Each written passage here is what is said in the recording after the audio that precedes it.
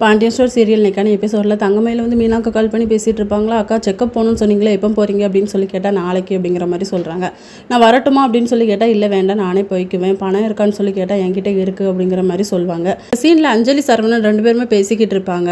அப்போ நீ கோயிலில் நம்ம 2 பேருமே சேர்ந்து பேசிகிட்டு இருந்ததை எங்கள் அம்மா பார்த்துட்டாங்க அப்படின்னு சொல்லும்போது, உங்கள் அம்மா வந்து என் கூட பழகிறது எப்படியும் பிடிக்காது, அதனால் நீ வந்து யோசிச்சு முடிவெடு அப்படிங்கிற மாதிரி சொல்லிட்டு போயிடுறாங்க. சரவணனுக்கு வந்து ஒரு மாதிரி ஆயிடுது. இன்னொரு பக்கம் ராஜோட அப்பா வந்து டிஸ்சார்ஜ் ஆகி வந்துடுறாங்க. ஆரத்தி எடுத்து உள்ளேயும் கூட்டு போயிடுறாங்க. நம்ம குமார் வந்து காலில் விழுந்து மன்னிப்பு கேட்குறாங்க. பெரியப்பா என்ன மன்னிச்சிருங்க அப்படின்னு சொல்லிட்டு அவர் வந்து எஞ்சி போயிடுறாரு. அதுக்கப்புறம் பெரியம்மா நீங்களே தான் மன்னிங்கன்னு சொல்லி கேட்டால் இல்லைடா என் மூஞ்சில் நீ முழிக்க செய்யாதுன்னு சொல்லிட்டு அவங்களும் கோவத்தில் போயிடுறாங்க. குமாரோட அம்மா கூட அவனை திட்டிட்டு தான் போகிறாங்க.